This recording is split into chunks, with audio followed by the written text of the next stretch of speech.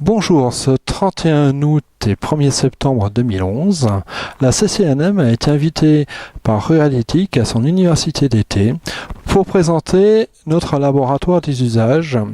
Et il faut dire que notre atelier a été parmi les ateliers les plus fréquentés. À part cela, nous avons assisté à de nombreuses présentations sur la problématique de l'innovation et la mise en œuvre des télécommunications en monde rural.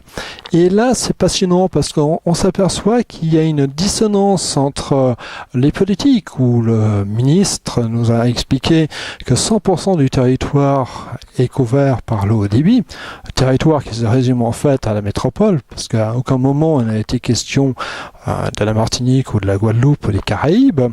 Et c'est pas encore tout à fait le fait, parce qu'on s'aperçoit que dans le monde rural, on n'est pas encore au haut débit. Ceci dit, l'OCDE définit le haut débit comme étant du 256K. Donc voilà. Les choses vont progressivement évoluer. Sinon, il y a eu quelques présentations fort intéressantes, notamment une application pour permettre aux personnes malades de rester chez eux et de rester en contact avec leur famille.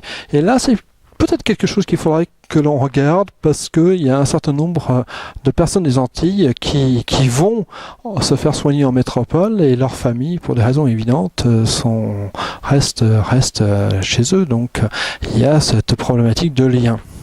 Les nouvelles technologies permettent de le résoudre.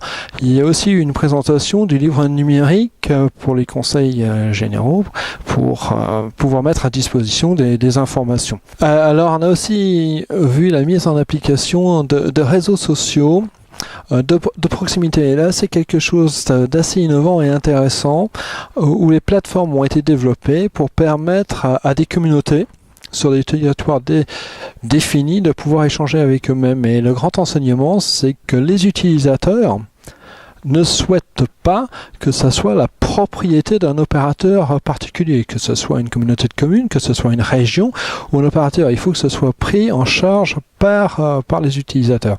Et là encore, il y a des éléments à voir si on ne peut pas innover à ce niveau-là.